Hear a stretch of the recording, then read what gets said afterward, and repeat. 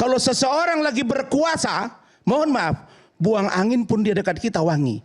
Tapi kalau tidak berkuasa, batuk pun salah. Sehingga kalau Bung Boy Benyamin mengatakan tadi, kalau Pak Jokowi nggak senang, laporkan masalah Hasto. Bang, nggak buat apa-apa aja dibilang ijazah palsu, Bang. Buat laporan lagi nanti dibilang ini mantan presiden tukang lapor, tukang lapor, tukang lapor. Bagi kami, fair lah kita.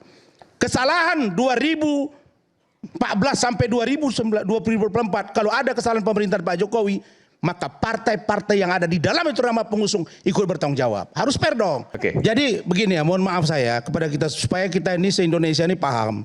Saya kira ini pakar-pakar hukum semua.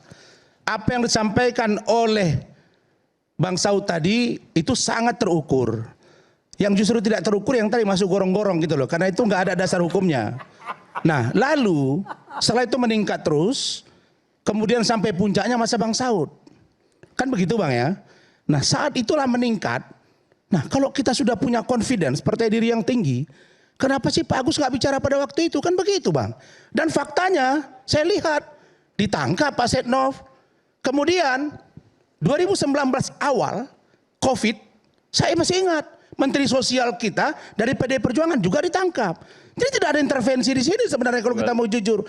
Jadi Batubara, ya. Yes, Juli Batubara. Saya hanya mau katakan satu saja, Adinda Aiman. Jangan ketika itu dianggap berhasil dikatakan kerja sama-sama. Ketika gagal disalahkan Pak Jokowi. Saya ingat betul, parlemen pada waktu itu tidak satu pun bersuara miring. Kenapa kok sekarang mengatakan bahwa oh jangan cuci tangan, jangan buang badan. Saya masih ingat tuh ada saudara Saripudin Suding misalnya dari salah satu partai Amanat Nasional. Kemudian ada dari Golkar juga. Lah saya heran kok sekarang Anda bersuara. Tapi kadang-kadang Adinda Aiman begini. Saya teringat dulu ada pepatah di Medan. Kalau seseorang lagi berkuasa, mohon maaf, buang angin pun dia dekat kita wangi. Tapi kalau tidak berkuasa, batuk pun salah. Sehingga kalau Bung Boy Benyamin mengatakan tadi, kalau Pak Jokowi nggak senang, laporkan masalah Hasto. Bang, nggak buat apa-apa aja dibilang ijazah palsu, Bang. Buat laporan lagi nanti dibilang ini mantan presiden tukang lapor, tukang lapor, tukang lapor. Bagi kami, fair lah kita. Kesalahan 2014 sampai 2024, kalau ada kesalahan pemerintahan Pak Jokowi, maka partai-partai yang ada di dalam itu nama pengusung ikut bertanggung jawab. Harus fair dong. Harus fair. Dan saat ini saya hanya mau katakan satu lagi. Ada upaya yang sistematik saya lihat untuk mengadu pemerintahan yang hari ini Pak Prabowo dengan Pak Jokowi. Kenapa kita nggak fair juga? Biarkan mereka sejalan. Kalau ada masalah kasus silakan. Kalau Pak Prabowo misalnya diintervensi oleh Pak Jokowi, saya yakin urusan ijazah sudah di dalam mereka semua. Artinya ada fair di sini. Fairness yang disampaikan oleh Bang Reza. Saya hanya mau katakan yang terakhir. Persoalan indeks persepsi korupsi. Hari ini kita akan lihat seperti apa ke depan. Apakah dengan tegasnya Pak Prabowo sekarang akan membuat lebih baik atau tidak? Kita tunggu. Cuma satu poin.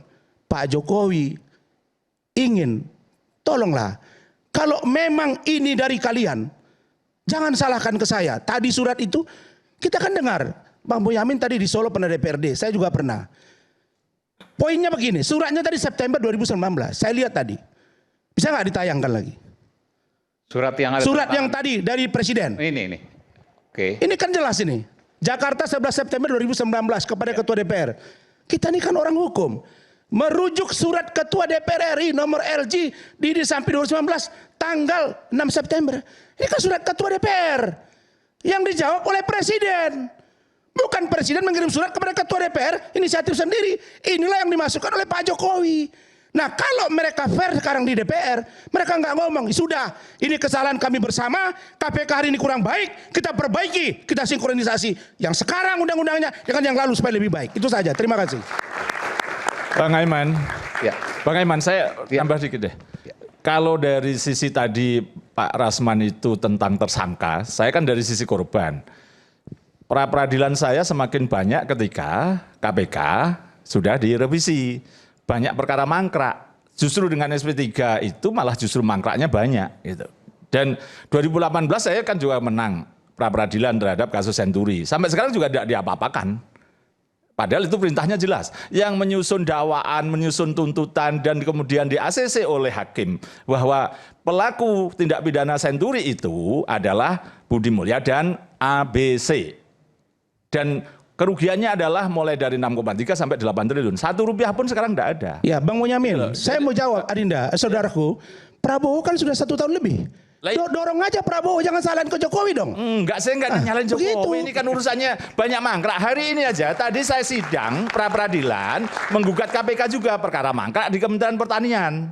Gitu loh. Jadi banyak yang harus kita lakukan bahwa KPK dari sisi tersangka banyak lemahnya, dari sisi korban lebih banyak lagi. Tapi saya mau tanya pada Anda, Bung Boyamin. Yang sekarang ini, undang-undang yang sekarang ini jauh memperburuk kondisi pemberantasan korupsi menurut Anda? Iya.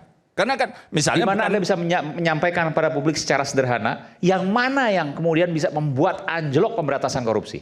pimpinan KPK bukan penyidik, bukan penuntut. Apa efeknya? Alek Marwata pernah ngomong, saya sudah nyuruh orang untuk menyidik Kementerian Pertanian itu 3 perkara. Oke. Tapi terus kemudian ditolak. Dikerjain.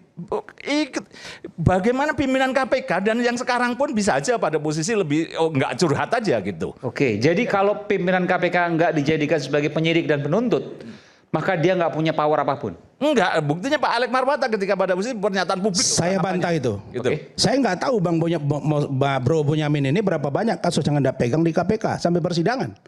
Justru dengan dia kejaksaan, saya bilang itu satu tikar. Hanya beda lemari saja.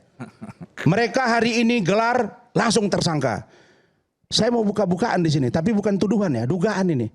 Klien kami rata-rata itu, begitu kita pegang, 1 bulan kita bicara di media agak keras. Klien itu jerit-jerit, Adinda. Tolong Bang Rasman, tolong Bang Rasman. Aku disampaikan penyidik. Kalau tidak nanti aku cabut kuasa dari abang.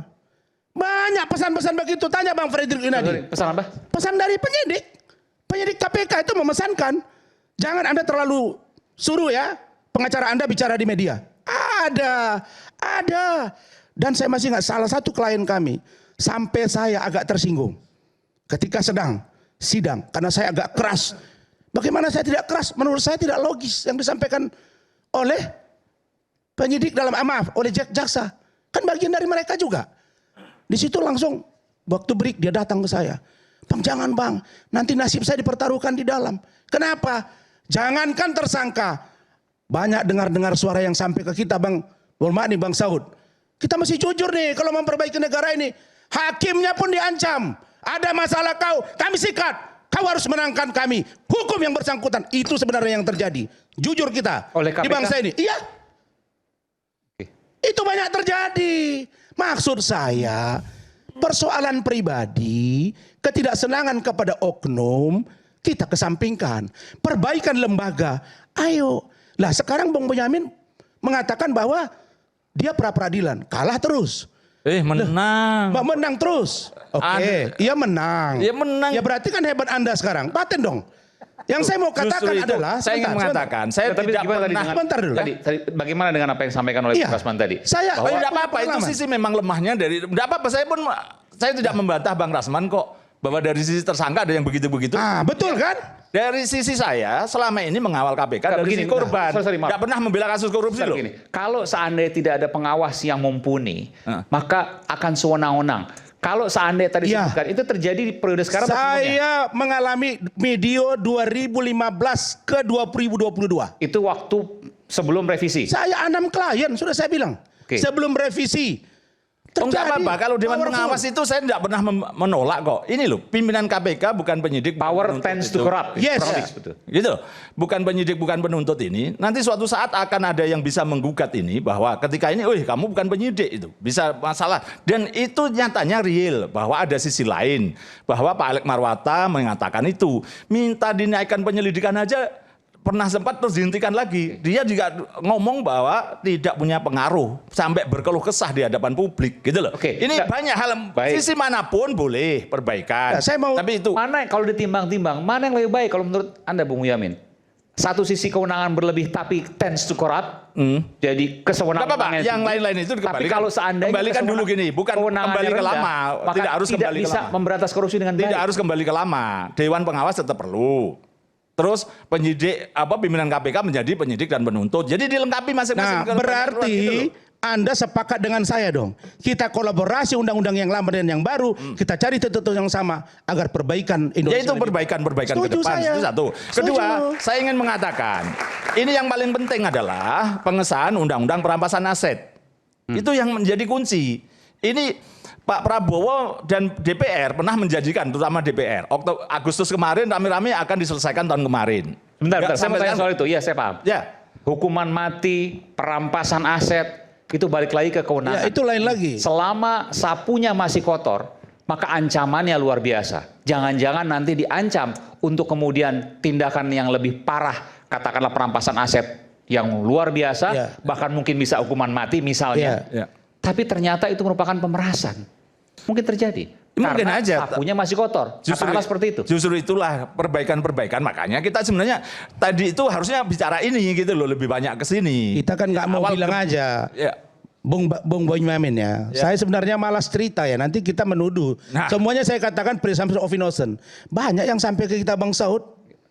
Yang penyidik sana sudah sekian dia punya di sana, di mall sana. Ada cerita itu Bang. Maksud saya fair lah kita. Kalau ingin memang bangsa ini lebih baik, bersihkan yang kotor dengan sapu bersih. Jangan karena kebencian kita kepada seseorang membuat kita tidak adil. Semua kita cinta Indonesia agar KPK lebih baik. Judulnya saya sudah ceritakan, kelemahan masa lalu begini. Tantangan yang dihadapi Bang Saud jelas.